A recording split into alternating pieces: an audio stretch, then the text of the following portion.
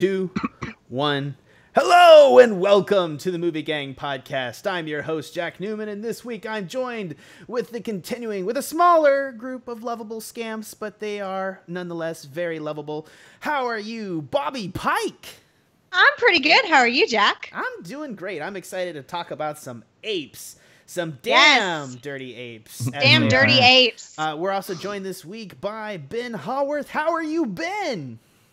I'm good. Me and Jack just play D&D because we're nerds. So it is honestly, like, people can give us shit, but it is a plus rewarding experience. It's saying. So fun. It's like one of the things I look forward to. It is like it's becoming like more and more like a super rewarding experience for me in terms of like creating adventures and watching them do things, and I'm like, why did you guys do that? Why are you doing that? That's so cool. Like, I don't know. It's just...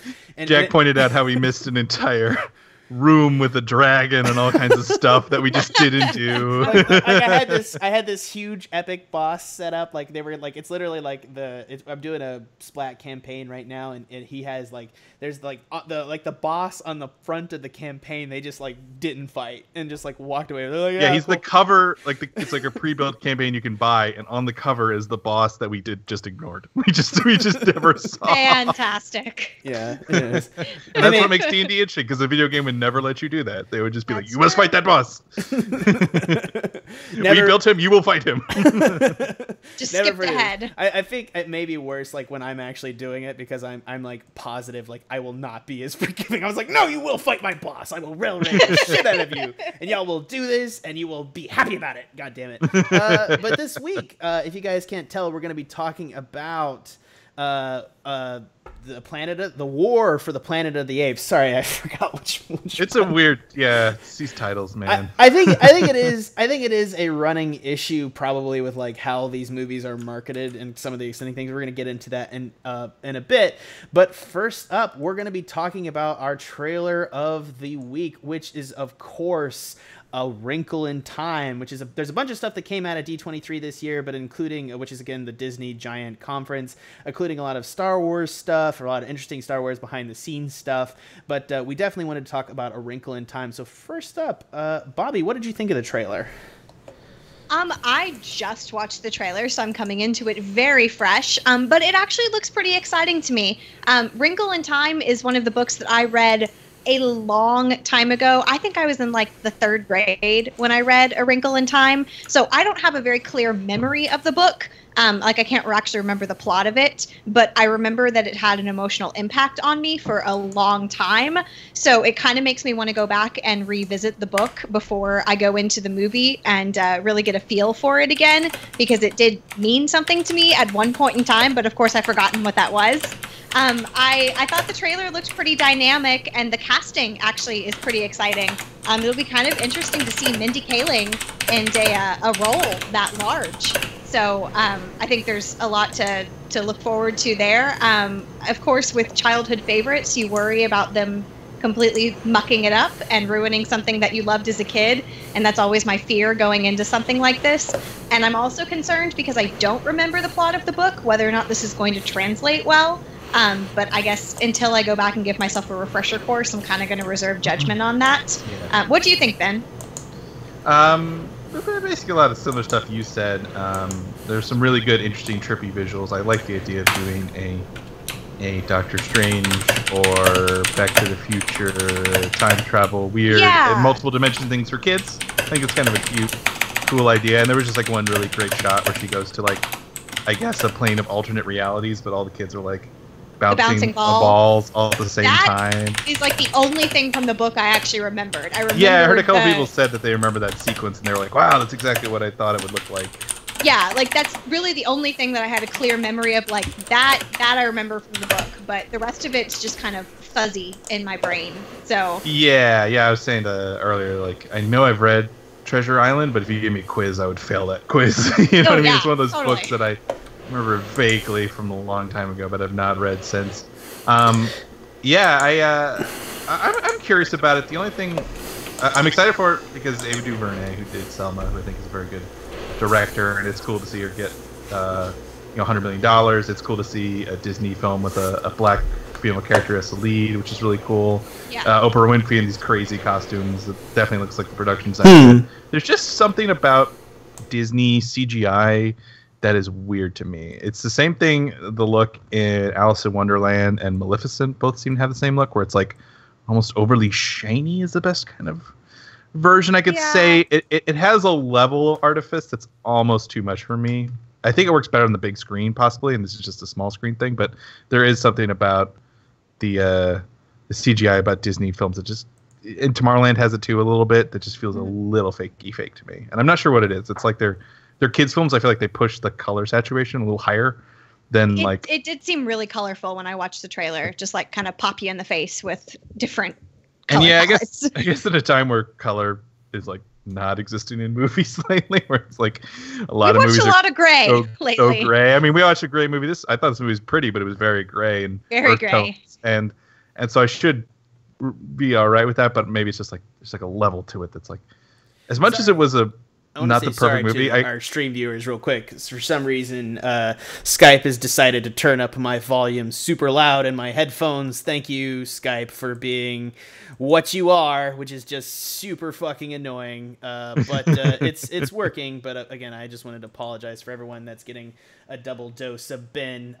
As lovely as he is, no one needs to hear it. I'm a loud person, I know. No, you're not loud. This is ridiculous, and I apologize for that. But I did want I did want to just jump in real fast and say, like, I did agree with that secondary thing that you were talking about as well, Ben, specifically in terms of remembering, like, kind of your take on these books. Like, I don't remember A Wrinkle in Time, even though I'm positive that it was like a very influential book to me at some point in my life. Like, I have no idea.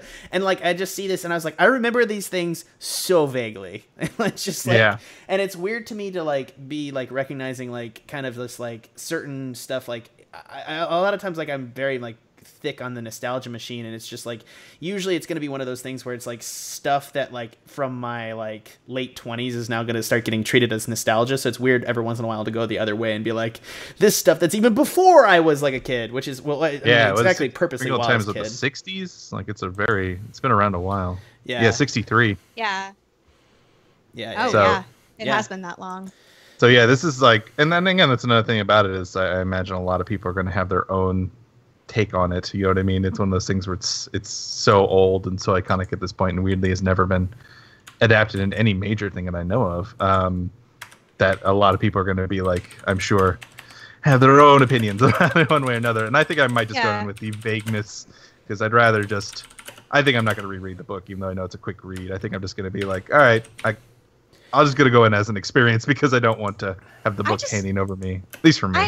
I have more memory of A Wind in the Door than I do A Wrinkle in Time, which is odd, because I can recall things from A Wind in the Door about like the cherubim and the seraphim, and like it was all about like mitochondria, and I don't know why I remember that, and I have no memory of A Wrinkle in Time other than the fact that I know I read it and I know it meant something to me at some point, but I feel obligated to go back and at least come into it like remembering what the book was, because I'm such a skeptic when it comes to converting books to movies, and I always prefer the book. So I would probably ruin it for me a little bit, but then at least I'll come in with a clear picture, you know? Yeah. Right. Yeah. I think that's just like the key to it is well for me is that like I'm gonna be it's been so long that I'm gonna come into this with such an outside perspective that it's gonna be interesting to me. I agree with you entirely that I'm not gonna reread this book, but I am gonna go back and kind of re-explore my childhood with kind of the thing. It's interesting to see that like there's gonna be a whole generation of people that are gonna come to Harry Potter in such a different way, which is one of the interesting things too from my take too is like it's a very interesting generation that's like gonna grow up on Harry Potter and then experience Harry Potter's 7 films, maybe even before the books, and it's going to be interesting how like we handle that moving forward. But I think that this is kind of a precursor a little bit for me, is that I'm going to be able to re-experience the books coming back into it. I don't even remember how good they are because I never like picked them up again. Do you know what I mean? Like I never went back to them. It's definitely like this childhood book that I like loved and cherished, and I know a lot of people did plays with it, and now I'm like coming back to it and I'm like I have no recollection, just like how the experience was a little bit. So it's kind of weird for me in that way. Yeah. It'll be interesting if we remember the book when we see the movie, like if it all comes flooding back. Or if they just change the movie to such an extent, which is, I think it's kind of, it's not like a non-traditional narrative, but it is different. So it's going to be interesting to see the interpretation. I think it's telling that apparently when Disney first bought the book, they were looking at a production budget of around 30 million, and now it's a production budget of around 100 million. So it's like those are two very different scripts. You know what I mean? Like those are two very, very different. And it's not to say one is worse or better than the other. It's just what you're intended to do with that, I think, is different. So I think the visual splendor overload of this movie is going to be a big part of it. Yeah. Versus maybe the $30 million one is a little more cerebral or something like that, you know, but had to sacrifice like set pieces and stuff. So I don't know, it'd be interesting. And I'm glad at the very least that no one seems to be mad that they changed the race of the main girl to black, because there's probably racist assholes out there saying that, but it hasn't been a big deal yet, and I'm really thankful. I thought when the trailer came out, it'd just be a bunch of and then there's been no think pieces I've seen, and I'm really happy, and I don't want to hear if there are. I think it's been a much better experience this time around in terms of like I kind of enjoy it more when there aren't think pieces. Do you remember back in the day when there were think pieces about fucking Idris Elba's bit part in Thor? Like that one was that one was the worst because it was just so insignificant to everything that was going on. Like, you know, like I may have been more understanding of kind of like the bit piece about like, you know, Mary Jane and like race changing there. You know, that's an interesting take, especially with the light of not using Miles Morales as the Marvel Universe character, but like still like all of this is still just like, oh my god, Jesus Christ, guys. Especially for this one where it's so insignificant, where she's a black kid who does the same thing that the white kid did in the book. It's fine, you know, it's not like it's fine. All right. For you, the listeners of the Movie Gang podcast, Loot Crate is offering an opportunity to save 10% on any new subscription at lootcrate.com. To save 10% on any new subscription, go to trylootcrate.com/gang and enter promo code BRIDGE10 for 10% savings. So go check that out now. Again, thank you, Loot Crate, for sponsoring the Movie Gang podcast. We really appreciate you. I've been getting the boxes lately. I've been liking them a lot. Thank you so much. No one else loves me enough to get me the stuff that you like. No, they love me, but like, it's like your mother. Like, what does she get you? Socks? I know. I need a new Loot Crate joke. I'm going to go listen to other people's Loot Crate ads and try to figure out how to better sell the box. So apologies. I get what you're saying, because like your parents get you like the practical stuff, and Loot Crate gets you stuff you really like want. Like, you know, you need socks, but you want that Batman figurine. Like, I do not want socks, to be entirely honest with you. Like, I do not need. Well, I need more socks. I actually like Katie has been talking to me. Is like, not need more socks. Okay, I don't need more socks. My girlfriend says I don't need more socks. Your fiance has spoken. Yeah, it's like, God, I need to start calling her my fiance. It's such a weird shift. I know, and it only lasts for like, you know, a little while, which is really annoying for it. Yeah, but then it's like people are like, oh, it's your fiance. Why didn't you tell me that? I was like, I don't fucking know. Like, fuck you. She's been my girlfriend for 5 years. She's been my fiance for like 6 months. Fuck you. Like, right. That doesn't mean anything if I forgot. Well, John Mulaney has a good bit about how much better it is to call someone your wife, where it's like, don't talk to my wife. Don't talk to my girlfriend. You know, one you're like clearly like just an emotional like dick, like that's like, like as opposed to like the other one where like one you're like, you know, it's like it's your wife, like that's just honor. Like weird. Exactly, like you're just like one you're like a just, I don't know where we're going with this. This ad read got out of control. I'm sorry, Loot Crate. This ad for Blue Apron, what was this for? I love you, wifey. Okay. Love you, Loot Crate. This is in War for the Planet of the Apes, the third chapter of the critically acclaimed blockbuster franchise Caesar and the Apes, like that over there. What's wrong, babe? We're out of Diet Coke. We're out of Diet Cokes. At the Newman household. Horror. Yeah. Or for the Diet of Coke. There's Cherry Coke Zero. Are you fucking kidding me? Okay, that's not gonna fly. It's not gonna fly. Everyone abort podcast. We're in trouble. If you drank the last one, you're in trouble. I don't drink Diet Cokes, I swear, right? Babe, don't kill me. Okay. I love It's you. too late for Jack. In War It's too for late. the Planet of the Apes, the third chapter of the critically acclaimed blockbuster franchise, Caesar and his apes are forced into a deadly conflict with an army of humans led by ruthless Colonel. After the apes suffer unimaginable losses, Caesar wrestles with the darker instincts and begins his own mythic quest to avenge his kind. As the journey finally brings them face to face with Caesar and Colonel are pitted against each other in an epic battle that will determine the fate of both their species and the future of the planet. Wow, that was a great synopsis. That was a good one. Yay! It's That was because a good Bobby. one. It's because Bobby picked it this time. That's why it didn't totally suck. It rolled well. My bad. My bad, guys. I do at this point enjoy just purely bad synopsi. All right, but what did you guys think of this movie? Let's start with you, Ben. What did you think of this?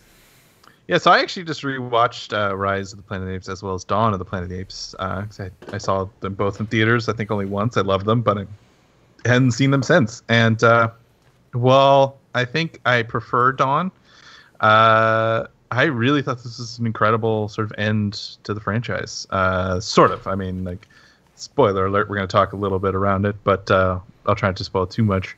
But it definitely felt conclusive while still leaving place to go. And I really am impressed that Matt Reeves is kind of becoming one of my favorite franchise directors, especially after listening to a podcast where it's like he's really fighting for interesting stories that still fit in a blockbuster mold. He seems to be one of the few directors who doesn't feel compromised to the studio system and actually seems to want to tell the stories he wants to tell. And a lot of times I was like, this is $150 million movie.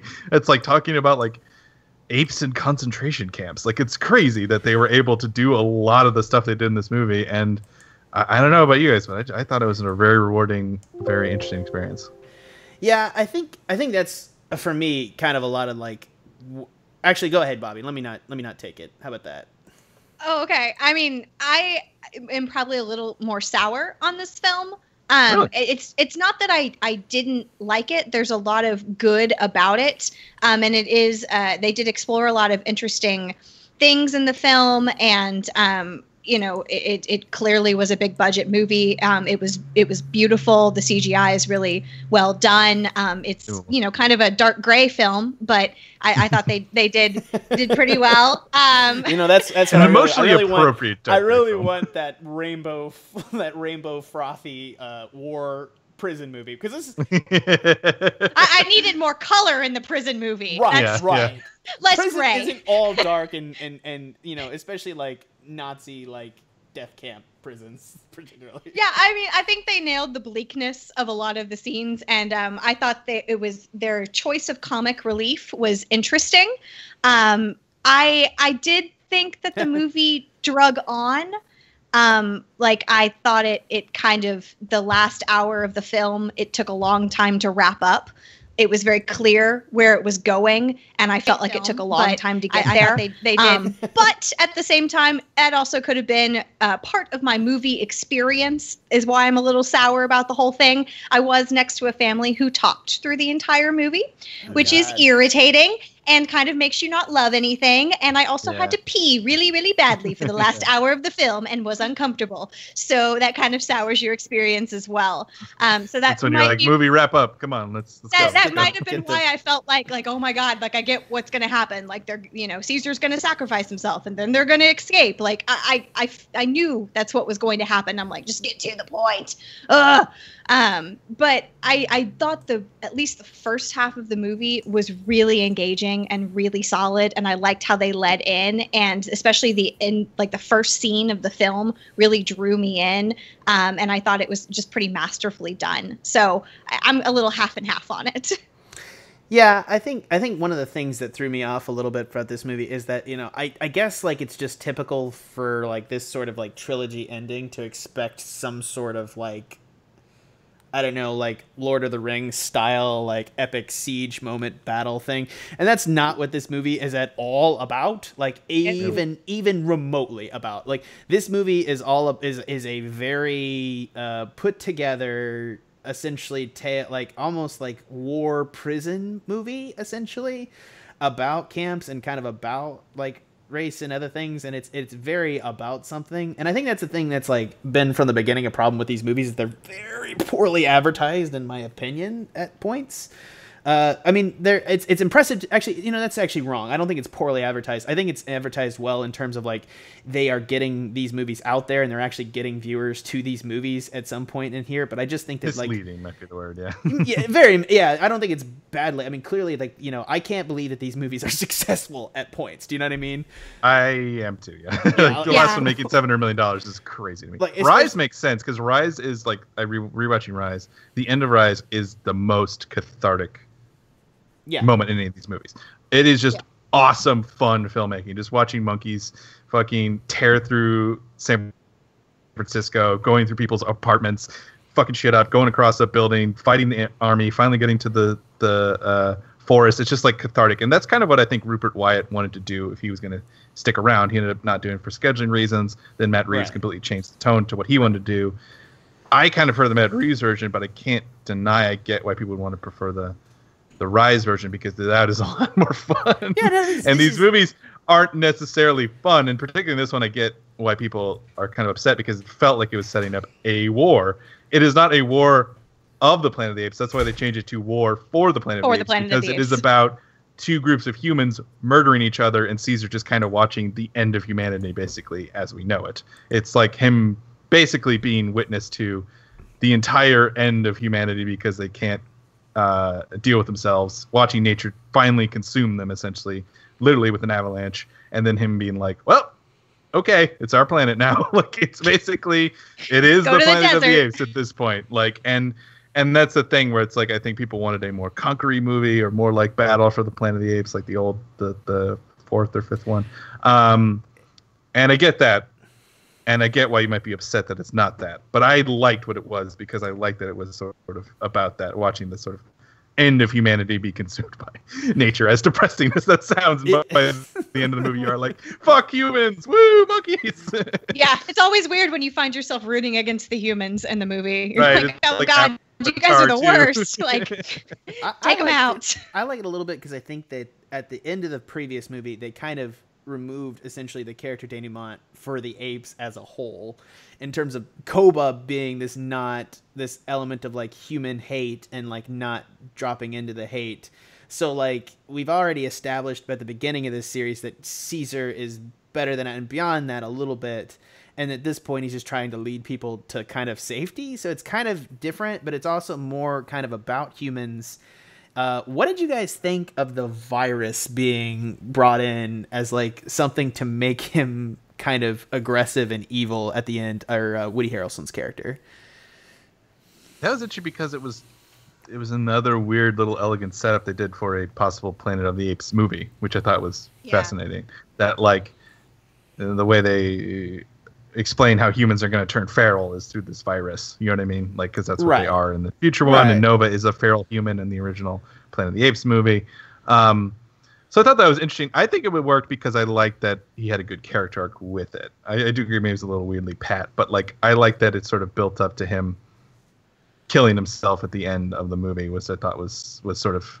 I like that Caesar had to have that moment of pity and remorse, and there was a lot of good like acting from Andy Serkis in that moment. That's why I think it, if it's like a little pat, it worked for me. It's very Jean Valjean for me a little bit. Like I think I enjoyed it in kind of that way. Woody Harrelson doing Jean Valjean is a weird comparison for that scene. No, it's true. Yeah, because he leaves Javert to go kill himself. Yeah, it's true. No, it's true because what it became is this movie was more about what it is.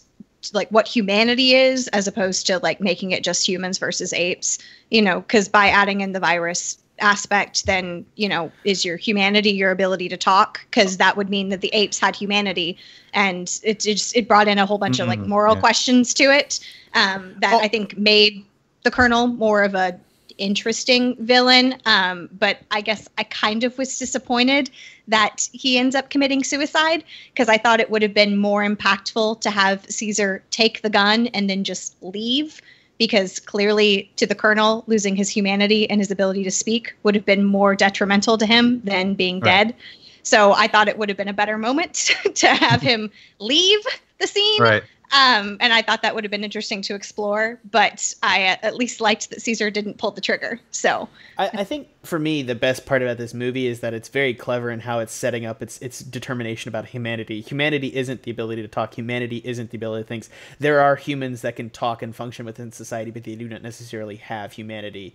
And it's just like it's determining the fact that like apes don't have humanity because humanity is the description of it, but the animus, that you will, that makes a society what it is, and us understanding and the ability to advance as a civilization is something entirely different than what necessarily humans have, or it is not a humanness. And I think that's the best part about this movie, is that it allows people to suggest that like, oh, people are devolving what is the necessary this. And that's one of the great things too, is in the turn with the, I guess, Red, the giant ape, which is just such a funny image too, in terms of like him like with like the loading the machine guns and like objecting to Caesar. Like it's just the whole way through there. I was like, no, these are movies that you should look back and you're like, this is so dumb. Like this is monkeys shooting guns. It's why am I taking this seriously? Like the physics of watching a gorilla ride a horse. Oh yeah, like, that horse. What shit would have been an 800-pound gorilla riding a fucking horse? That would never happen. You know. Yeah. So, yeah, we just gotta like, all right. Sure, movie magic. Yeah, that totally is possible. Yeah. And yeah, but I mean that's the thing. One side note I didn't realize that makes sense is that they called all the Colonel's group called all the apes that worked for them Donkey, and all the apes they hated Kong. Donkey and Kong. Yeah, it was interesting. That was That good. was kind of an interesting. Yeah, I thought that's what I liked about the Colonel's people a lot, and what I like about these movies is that, particularly this one, it is very clearly. The other two had sort of like a co-lead thing where it's like you follow both James Franco and Caesar, and then the second one you follow Jason Patrick and Caesar. I think I got that name wrong. Sorry. But you follow like these two people in different ones, and this one is very clear from Caesar's perspective the entire time. And I like that a lot because when we come into that, like, we can assume that group is probably called Alpha and Omega because like the Alpha and Omega is everywhere on their stuff, but they never say. Like everything you learn about the backstory stuff, you just learn that Caesar learns at the same time. Someone made a good point that like maybe the reason that they do that chant every morning is you can see if somebody has lost the ability to speak, and then if they did, they'd have to kill them, you know? But they never say that, you know what I mean? Like, no. I appreciate, and I know it's like a little thing, but a lot of Hollywood movies, especially for world building, they just have to go, come in, character, let's explain the entire world. Right. And this one, it felt very organic, where like a lot of stuff wasn't explained. Like a worse movie would have cut to Woody Harrelson killing all of his commanders in like big dramatic fashion. But like they just hint at it, and it's done through performance, and it's done through, you know, smart piecemeal dialogue. And I really appreciate that about the storytelling of these movies, is that it's not just like, especially the last two, is not just like, here's a million things you need to know. Like it is more environmental, which I really appreciate. Mm-hmm. And I think too, like, I think these movies are very, very strong structurally. It's what, this is my, like, here's like my logical complaint as to why I don't necessarily like Planet of the Apes movies. They always throw me off, and I know that's a stupid thing. I recognize that they are both all very good movies. Do you know what I mean? Like they're like all of the Planet of the movies, for me at least, are a cut above like your average movie going experience. But I always forget that they exist. Like they never stick with me, and it's one of those things. It's like it's not till I'm reminded that this franchise exists that I'm like, oh yeah, I remember that. Those are good. I should go see that. You know what I mean? And then like it pops back up. I'm like, that was a great movie. And then like I was never excited about it. And it's one of those things. It's like in modern filmmaking societies, I don't understand like some, and maybe this is just my like, you know, maybe like descent into being a bad critic, but like in terms of like my obsession with certain franchises that have high hype and being a part of that hype. And maybe it's just like, maybe it's at some point where we start separating out good movies from like movies that are like cultural experiences like Star Wars and the Avengers.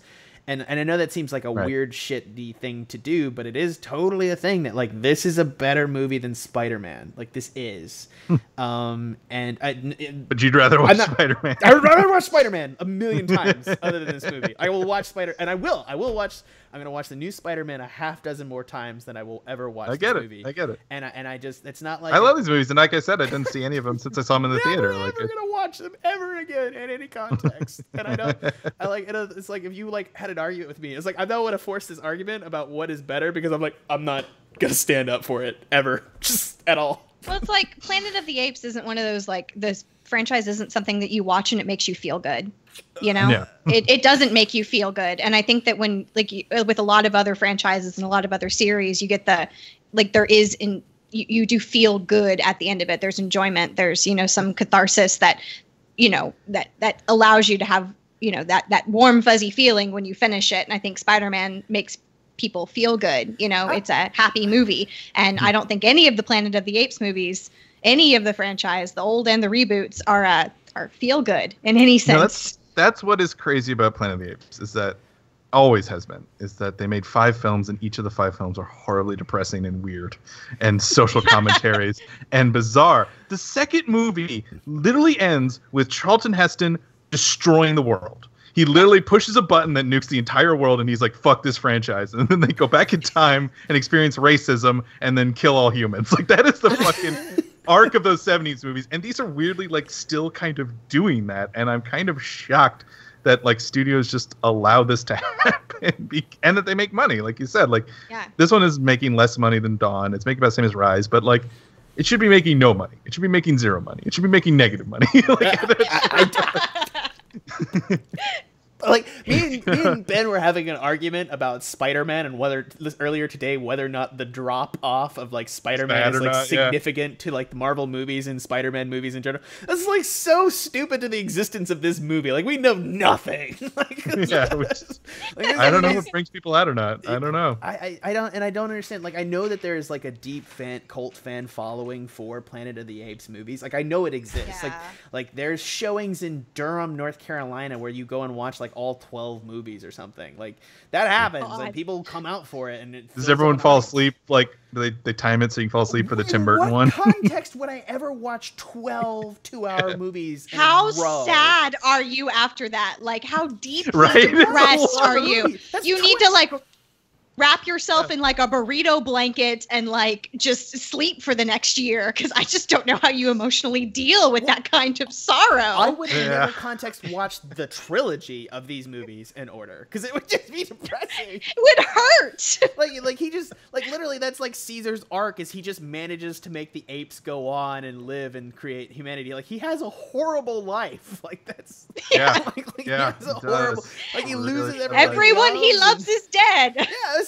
That is this movie. That is this movie. Like nothing like big. It literally ends with like, oh, they might be okay finally. I can die. Like that's my reward. This is all that happens. Is he's like, oh yeah, I'm just like I can die now, happy in the knowledge that the apes will it's super go Moses. I mean, it's super biblical Moses style. Like it's Moses died as soon as he got to the promised land. Your name. And then I just give it like, let me just.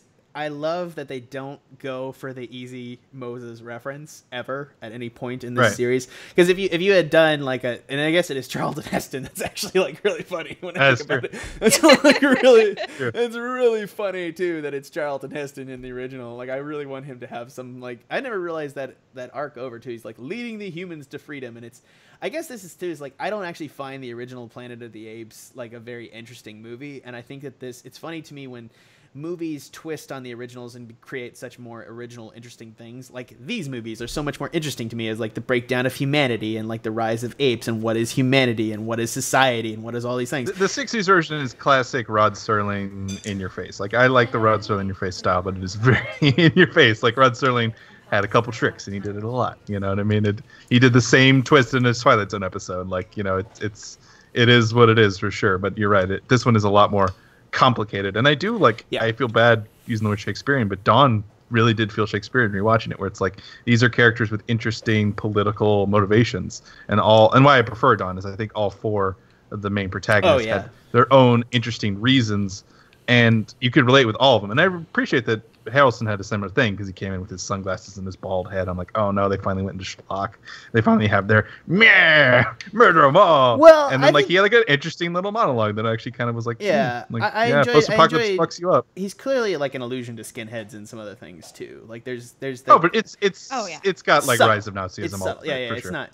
it's not that I do agree with you totally about Dawn though. Like I think that like especially this movie is missing Koba for me a little bit. Yeah, Koba was just a better villain. And it's so also I like like Harrelson a lot. it created a lot more of a complex, and Gary Oldman too. Like anytime you lose Gary Oldman, you're just fucked. You're saying, yeah, it's yeah. like but like I think that's the thing is like the complexity of like good bad ape man was more interesting and allowed for a lot more interesting take on it, because Koba isn't bad, and that's the best part about Koba. Like Koba just disagrees with Caesar, and it makes it much more things where this is much more like a journey and ultimately movie. At the end of this movie, kind of darkly, he got to what Koba wanted, which is just humans are gone. You know what I mean? Yeah. Like, Yeah. you know, that's what a Koba always wanted. You know what I mean? So in a way, Koba kind of won all these years later. And I guess this is the thing about this movie is that this franchise could have ended at Dawn, and I would have been happy. Do you know what I mean?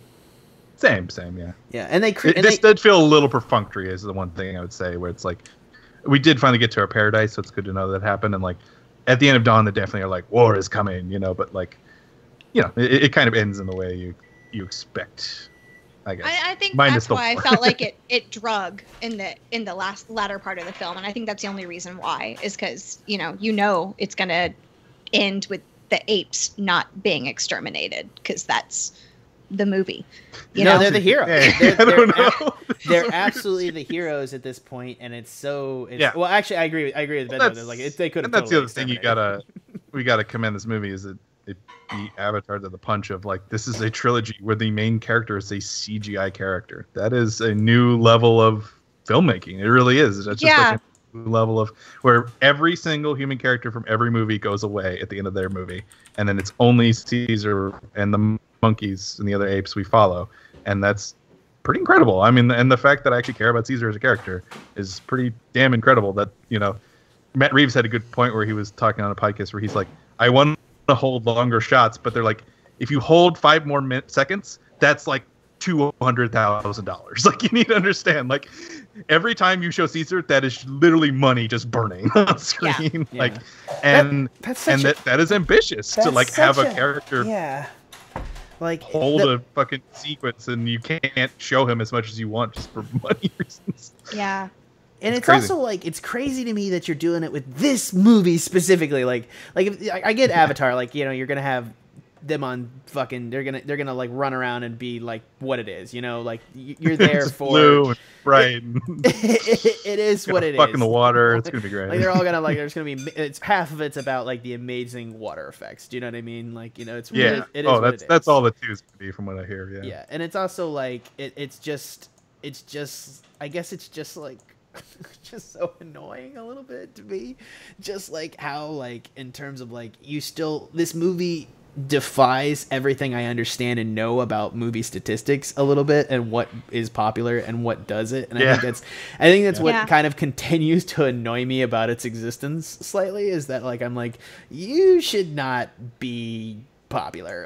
Like you shouldn't be doing this or do. I mean, I guess like people don't expect Avengers to do well or to eventually downhill, and it's defied that. So I guess like my thing is in the last kind of maybe the couple weeks and maybe this year 2017 specifically has kind of been like, I felt like at the end of 2016 I had a handle on what was coming and what was going in terms of movies and stuff and the franchises and things, and I think like this summer has shaken me pretty badly like in terms of what the fuck is happening. Crazy. This whole year, I mean, like Get Out and Wonder Woman, and where did that come from? I mean, Wonder Woman I'm glad did. I kind of get I get that too, and I think that people were ready for that movie, but especially Get Out, I was like, what? How did this make $175 million? That's insane. I think the interesting thing, and I don't want this to be taken the wrong way, but like I think the interesting thing to see is if kind of the female audience gets up again for the next female superhero movie. Do you know what I mean? And I don't mean that like as an observer. Clearly there is an audience for female superhero movies. I'm not doubting that to like the least. But the question is like, can they come out consistently in force would be my question about it. Do you know what I mean? Like the question is like, that's what happened with Spider-Man 1. Spider-Man 2 actually didn't do as well as you would think. You know what I mean? Exactly. Spider-Man exactly. 1. You know? Yeah.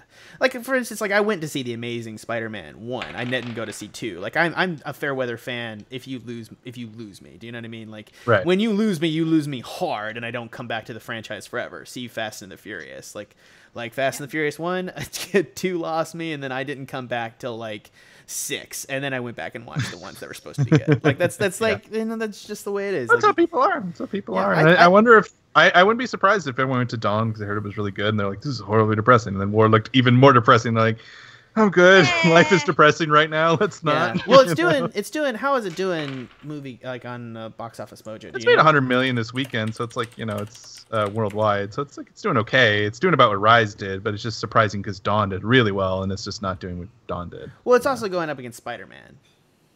Spider-Man, yeah, even though it was a little bit down, but like, you know, different conversation. But yeah, I think this whole weekend was down. I just think in general, there's just been a lot of movies out. I think people have seen a lot of movies, and I think maybe just people are just kind of want to break for a little bit. Dunkirk and Valerian are coming out, so that's a whole different can of worms. I mean, I think it's just like people might be a little summer movied out by now. Yeah. You know? Well, I think that's the other thing that defies. That's the big reason why this thing defies kind of what I think about movies is because like this is going against like heavy hitters. Right, it's in between like a Chris Nolan movie and a Spider-Man movie and a main Marvel like movie like marathon, like a main Marvel like stove. Yeah, like, this is crazy. Yeah. It's releasing between Dunkirk is kind of crazy. Like, here's a $200 million war movie where the end of the movie is, hey, they didn't all die. Like that's the best thing that happens in Dunkirk. The Dunkirk's miracle is that they didn't all die. Like that's it. They don't like win. Like it's very yay, good for us. we get to not die. Good on us. Now we get a bit bombed for 5 years. Woo. Yeah. Like, British spirit. Everyone's at the end of the movie like, this was great. We had such a great time. Good job. How about some tea? Good job, Kenneth Branagh. Yeah. Well, I guess like I'm very interested. It's a weird time, and I guess it's the thing is like I think the tide might be changing, but I don't know in what direction. You know what I mean? Like Get Out makes me think the tide is changing in some senses because like maybe audiences are more willing to see a little bit more challenging films. I'm not saying Get Out is like, you know, an Andrei Tarkovsky movie or whatever, but like it's a little different than your usual horror fare. I guess. And Dawn was a similar thing where it's like that's just a very dark, depressing movie that made $100 million plus. Like, and you think that happens, and then it kind of shifts on you. You know what I mean? Like Star Trek Beyond was confusing for me too, where I was like, "Where'd everyone go?" Like I thought we liked these movies, you know? Yeah.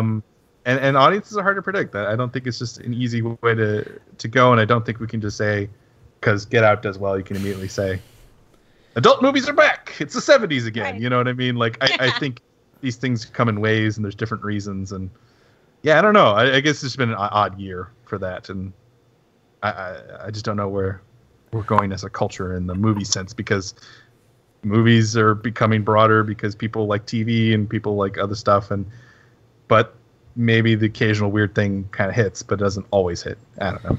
Yeah, and then maybe this is sort of my this is dark. Like this is my dark and take on this theory a little bit too. It's a dark movie. Let's go dark. No, well, I know. Like my interpretation of what's happening in the movie market is dark. Like, and it's not dark from that perspective.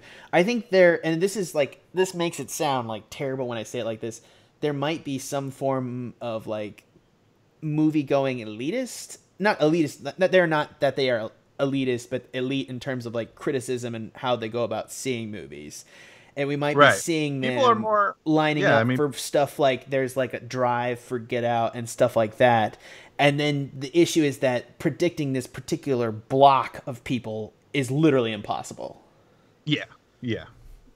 Like, yeah, I think so. And I think people are like, I've heard more about Rotten Tomatoes this year than the entire 19 years it's existed. Like exactly. Studios are really for the first time kind of afraid of it and kind of annoyed with it and kind of hate it. Like they always have, but like this is the year where like I feel like they really, really hate it. This is the year where the correlation between a couple $1 billion has been apparent, and Rotten Tomatoes scores how the movie does. I don't know if Rotten Tomatoes has really helped as much with like increase. You see that with Dawn, like, you know, has just as good as money for Dawn, it's much as good of reviews as Dawn for War, but it does less. But I do think the reverse is something that's been happening. Like I Transformers think dropped Rotten crazy Tomatoes hard this time. absolutely kills the movie. That I think it's killing the ability. If it's negative, that kills something to me. If it's Yeah, positive, I it's kind agree. of up. And I think that maybe the take that I understand a movie studio really not liking Rotten Tomatoes because the only thing that it can do is kill a movie in my perspective, and maybe help an indie would be the only thing that I would say. Yeah, it's kind of helping like Big Sick, but even Big Sick didn't open great this weekend. You know what I mean? Right, like, it didn't. as well as it could have. It didn't. You know,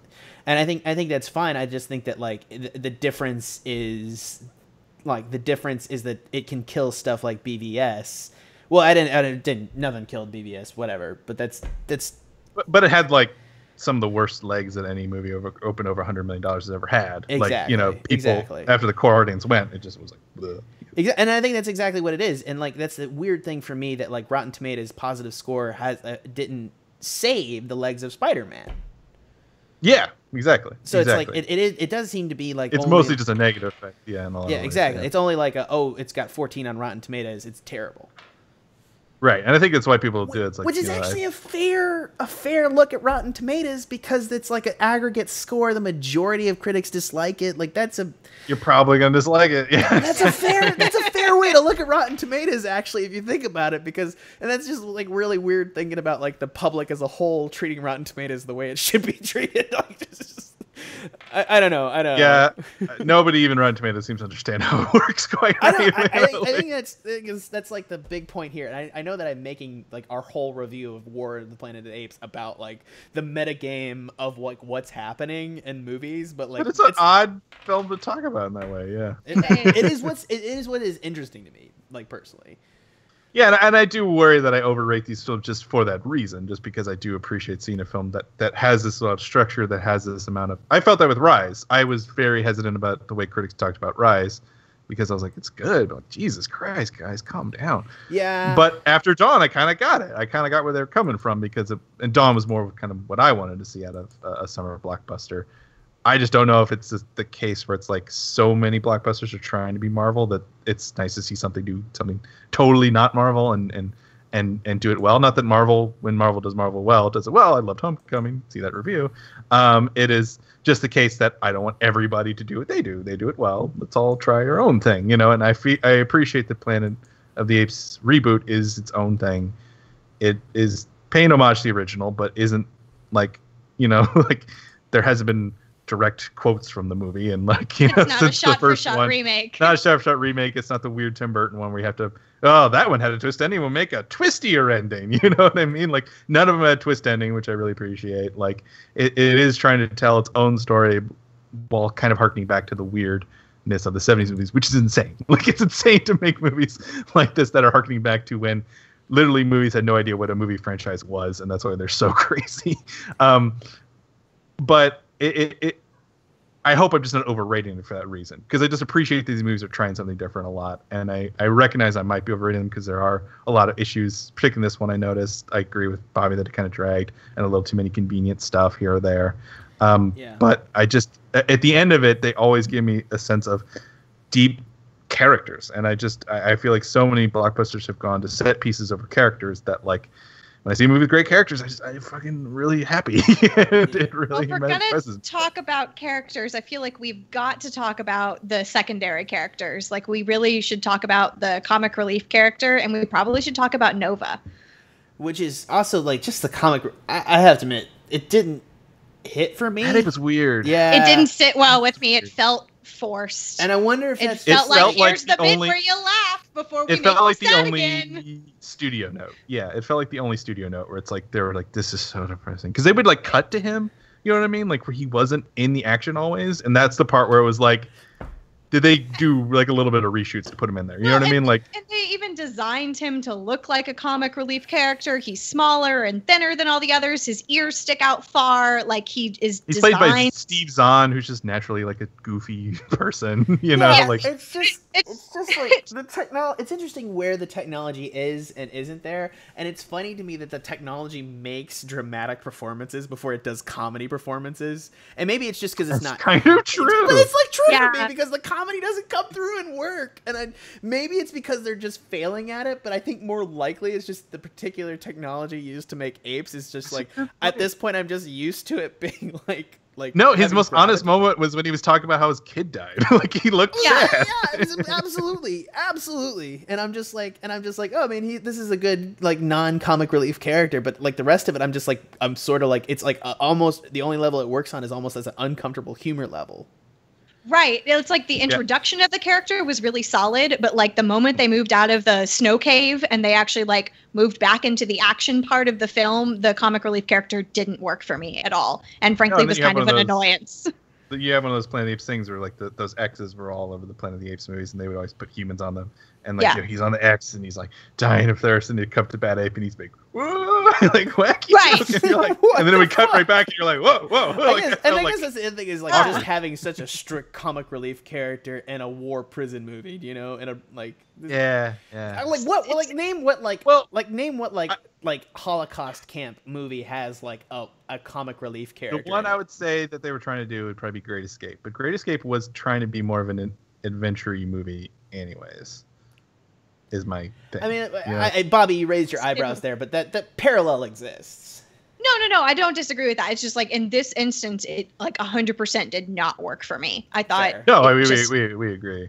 On that, so, sure. What did you guys think about? What did you guys think about Nova? I liked Nova. I thought she was interesting. I thought it was. It's cool an obvious sort of like a parallel where she's the. It's a really cool way to shake the hand of the first series for me. Yeah. Because this movie isn't trying to literally do anything with the first set series a little bit, so it's really not trying to do homages other than Nova. So for me, it was like a very like she actually had a purpose based in the plot, which sort of got lost at the end. You know what I mean? Like the purpose. Yeah, I felt like they could have used her better at the end. That was basically like my takeaway from Nova. Like I thought her addition was really good up until they didn't execute it fully at the end. Because, I mean, her importance is to be the parallel between the Colonel's son.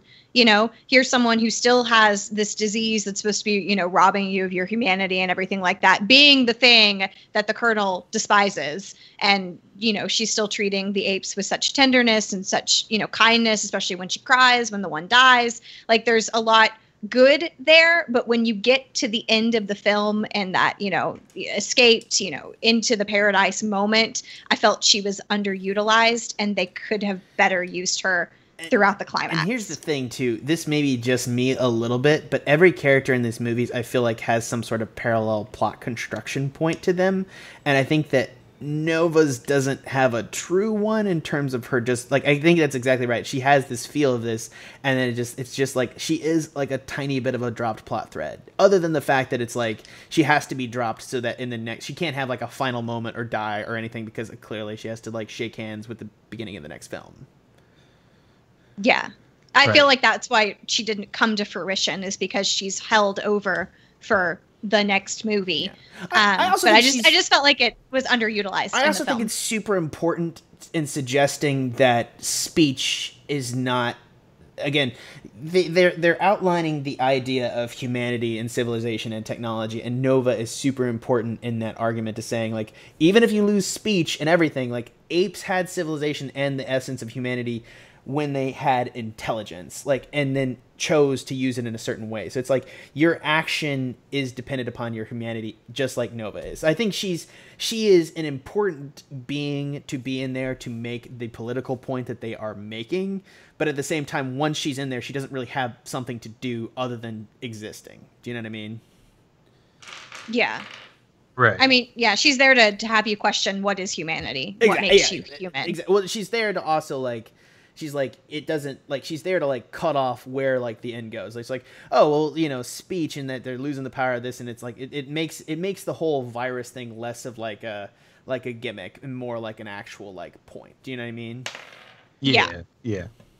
And how, like, they might treat these new versions of humans in the future. Exactly. Right. Which we know from Planet isn't great. Like, it's not going to go well. It's not going to go well, but like we can have like a different opinion of Nothing it about this world has anything go well. You know?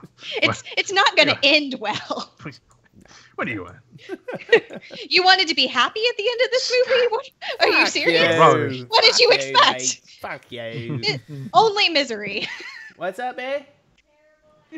Okay, my terrible accent's coming out. Ask people that I do D&D. I do accents for them, and Katie is always in the next room and yells that I have a terrible accent, no matter what I try to do. It's good. I think that's fun. Yeah, So thank you. supportive. Not all everyone hates them. I'm sorry. Anyways, let's go ahead and get on to scores. But before that, for you, the listeners of the Movie Gang podcast, FreshBooks is offering a 30-day free trial to give you the opportunity to try out their service. Go to www.freshbooks.com and you can try things. You got to go to the How Did You Hear About Us section. You can enter the Movie Gang podcast, and that's how you heard about us. That's great. Yeah, because you heard about it here at the Movie Gang podcast. Or get a 30-day free trial at www.gofreshbooks.com/gang.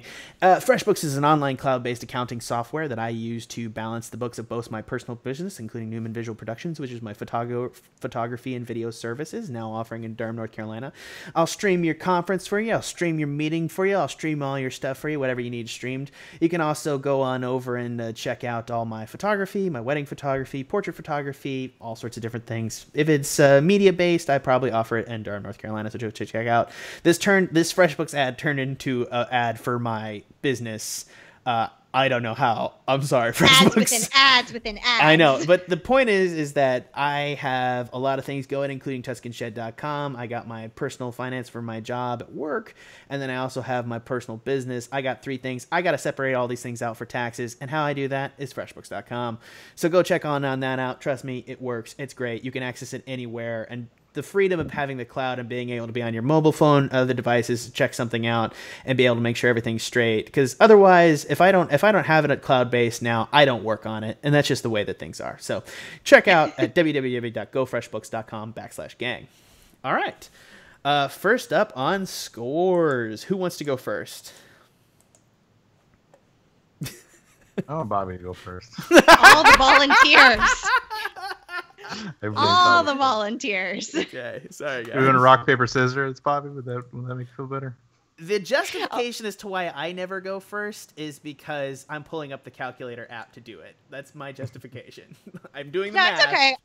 I can go first, but it means I'm going to set the tone. I know. So. We're good for it. I have no idea where anyone is if there's any consolation. We've just talked for an hour about a movie, and I have no idea where anyone's score is. For me, War for the Planet of the Apes is a 7. I think it's a pretty darn good movie. I think that it explores interesting themes and concepts. I love the idea of a film that explores what humanity truly means. And I do love that about this series. You know, I watched the original Planet of the Apes movies with my father, and they're dark and they're bleak and they're weird, and they explore so many interesting themes, not only just the humanity, I mean, especially the religion aspect in the originals is just odd and interesting. And there are some delightful parts of that in this reboot trilogy, and I think that this movie is successful in so many ways.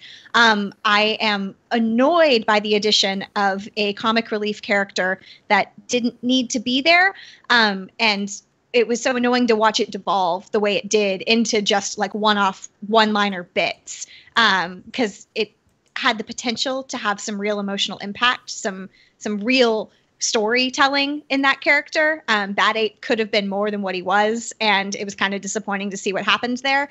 I also thought that Nova was underutilized in the end, and I loved her character, and her tender moment when one of the apes dies is the only moment of that film that made me cry. So, you know, props to that. That was good, but I felt it was underutilized in the end. I think the Colonel is a good villain, but I think Koba's better. So, yeah, I just think that they didn't have as much to work with here. And I did feel like the film dragged in the latter part. The setup and the initial half of the film was really solid, and I was super into it. And in the later parts, I felt like they took a long time getting to where they were going, even though I could see where they were headed. But it's kind of nitpicking what was overall a really enjoyable film and a really enjoyable into this part of the franchise. So for me, it's a 7. Mm-hmm. Yep, I am. I'm talking. We're actually live. People can hear you. Oh shit, I'm sorry. Yeah, it's going live to YouTube, so this won't be edited out. Everyone's been listening to you, by the way. Everyone. It's okay. Yep. No, it's cool. I love you. Everyone. Don't worry about it. Someone's got to provide the comedic relief. Are you comedic relief? Yeah. Okay. Oh God. Um, Bad ape of the Bad ape. This Bad is the ape. kind of stuff that you don't hear on the. This is the movie gang After Dark. Ben, what do you give one of the Planet of the Apes movies? Whichever one we watched. War for the Dawn, for the Battle of the They're Beneath. so terribly named. I'm sorry. They are so terribly named. That's the other crazy thing. They've kept the fucking weird titling from the 70s. Oh, like, the titling was. Oh, I can't believe I didn't even mention that. Oh, It's so bad. It's so bad. It's so bad, and it's so Why? makes no sense. There was more war in the last movie. Come on, go. Ben. yeah, seriously. no, and Dawn should happen before you rise. I know. I Right, agree. you know, yeah. So, War for the Planet of the Apes, just so I guess I'm clear, for the other two in the reboot series, I'd probably give Rise like a 7.5 and Dawn like a 9. So that's why I'm giving this an 8 out of 10. I thought this was a really excellent film. It's just I wish it was just a little bit more elegant towards the end. I agree, but I think a lot of the thematic core of this movie is very, very excellent. I think it did give a very satisfying conclusion to Caesar. I think it's just incredible that we've had a whole trilogy. And in a sense, even though I know it cumulatively doesn't equal a 9, I kind of rank the whole trilogy a 9, just for in terms of ambition and cleverness and inventiveness, and just the fact they had an entire sort of arc for a character after 3 movies is fucking incredible. Think about how long of an arc Dominic from Fast and the Furious has. Like, he can never be cured because he can always have to have another adventure, you know? Like, they had the balls to be like, well, Caesar's dead, so fuck you. There's no more Caesar movies. The very least. So I appreciate that this is an actual legit trilogy, which we just don't do anymore. I appreciate that it actually had a fair amount of conclusion while certainly leaving it open for future movies because, hey, this movie's still going to make enough money to justify more. And I kind of don't want more. I wish they just kind of ended with 3. I kind of have no faith in 4, if I'm being 100% honest. But They're making at the a very 4th? least, they're definitely going to make a 4th. Ugh. The question is it going to go full on Planet of the Apes remake? Is it going to be Cornelius fighting other apes? I don't know. I have no clue. But they're going to make a 4th. It's going to happen. But Matt Reeves is going to be done because he's making Batman. And I'm actually excited for Batman because I feel like Matt Reeves is a very interesting director. I think he has an ability to kind of make the films he wants to make, warts and all. And I think that's what I appreciate about this film. It's not perfect, but thematically and character-wise and in terms of bringing to a satisfying conclusion, at least for me, having the balls to kill off all humanity at the end is kind of impressive. So it's just something I'm very impressed with the series, and I'm happy to see that it kept at least the consistency. And if Dawn, for me, will always be the pinnacle, just because of the characters were so good in Dawn, and you just had 2 sort of main characters, and in that sense, you kind of lose as much sort of interesting dynamic elements to that. So that's why I give it an 8 out of 10. Yeah, these are the best movies I don't enjoy. like, I feel you. Like that is like the end just to like my statement on like the Planet Rise, Dawn, and War of the Planet of the Apes. I have never liked any of these movies or had any desire to ever watch any of them again. I totally respect that they're good movies, like absolutely. And it's not even because like I need like good ending movies. There's tons of like really depressing fucking movies that I absolutely love. I just do not like these movies. And I don't know why. I just have never understood. I guess they're just like, they're so weird and outside of like my normal comfort zone, and I don't have a tie to the rest of the Planet of the Apes series that I don't particularly like them. I still give it a 7. Like, it's a good movie. The structural elements are there. They're well structured. They're well done. At first I thought it was more like a look at what we can do with CG thing with Andy Serkis, but it's well beyond that in terms of actually having a great story, a structure. Like we just gave a full review of one of these movies and didn't talk about Andy Serkis's performance or its Oscar worthiness, which I feel is like a personal success on my part as host that we didn't fucking have a technical discussion about a Planet of the Apes movie. Sorry, don't want to go there. I brought it up now. It's at the end of the podcast. Too late to bring it up again. Done. But like, I think that's the thing is like I've just never they exist in such a weird space and they always leave me a little bit cold. I guess is the big thing that I would say about them. Is that I'm never pumped up to go see another Planet of the Apes movie. I think that's the thing, is that Rise was that way with me, and like at the end, that joyous, like, just sort of fuck human society take on things. And I think that's maybe the thing, is like ever since it's departed from that kind of take on things, I've not been as hot about them. And I just know that there's not going to be any sort of like, this movies are going to go to those deep dark places, and there's not going to be any like giant battle scene, you know, because even with the at the end of the second Dawn of the Planet of the Apes, where they're all riding in on horses and shooting guns, like it ends more with like a kind of a monkey off on a thing with Koba than anything else. And even that battle is a battle you don't want to happen in that movie. Exactly, That's kind of crazy. It's the big CGI battle shouldn't be happening, and you're really upset that it's happening. Like, you want to stop and then talk to each other. Yeah. It definitely is an antithesis. It's one of these. I guess like what it is it's an art movie existing in a big franchise movie space. Yeah. And Yeah. I want to, and I know that people are like, oh, wouldn't it be cool if parallels. art movies were also big franchise movies? And I'm like, no, it wouldn't be. Fuck you. If I want to do this, I want to go to the Bijou and do this differently. Like, fuck that. I want all these things to be separate, and I don't care. Like, fuck you. Like, I guess that's like, and maybe that's just my take onto like why I like don't enjoy these movies. It's like, I guess I always have this like stick shift geared feeling after I see one of these movies. It's like, oh, that was what it was about? Okay, cool. That's what I'm going.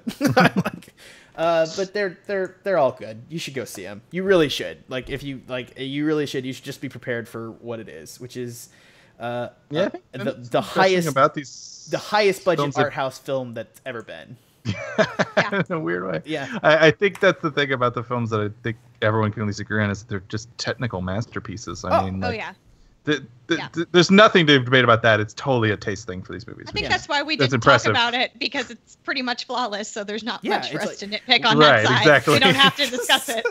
We only talk about the technical stuff when it's horrendous. Avatar doesn't hold a goddamn candle to these movies, and it's much more subtle in how it does it. Like, that's the thing, is like, Avatar is great at being like a fucking beating you over the face with it, and this is so subtle. And that's the thing, you forget about it, which is the point. Ride, and this is the CG's so good, you forget about it, and that's forget. like not what you want to do with billions of dollars of CG. Particularly Maurice, it's like, that's not a real monkey. It's a guy in a suit. Like, it's like Yeah. It's like, oh god. Okay, I give it a 7. That brings the total up to 7.3, which I'll bring up to 7.5 out of 10. The Movie Gang podcast gives War for the Planet of the Apes. Sorry. There you go. War for the Planet of the Apes, a 7.5 out of 10, which I am super comfortable with. Yeah, that's good. For everyone here at the Movie Gang podcast, this has been Bobby Pike. See you later. Ben Haworth. No, that's how he does. He just like, no. How does he do it in Rise? I don't know. Yeah, but that's the thing. Like, you're never gonna get that again. Nope. It's like, oh nope. no. I've been your host, Jack Newman, from everyone here at the Movie Gang podcast. Thanks for listening. Also, head on over to TuscanShed.com. Go over there and check out all our various podcasts, including Geek Space 9, Animania. Coming back this fall, A Feast for Bros. Out now, tonight. Also, there's right now, Game of Thrones is going on, so I need to get out of here, go watch Game of Thrones. So I can be on tomorrow night. So back tomorrow night, we'll have the live viewing of A Feast for Bros. Go check that out. Head on over to TuscanShed.com/support us to figure out ways that you can financially help the Movie Gang podcast and Tuscan Shed Media Network and all the ways that we love that. Yep. Thank you so much from everyone here at the Tuscan Shed Media Network and the Movie Gang podcast. Thanks for listening. They can actually see my salute this time. That's cool.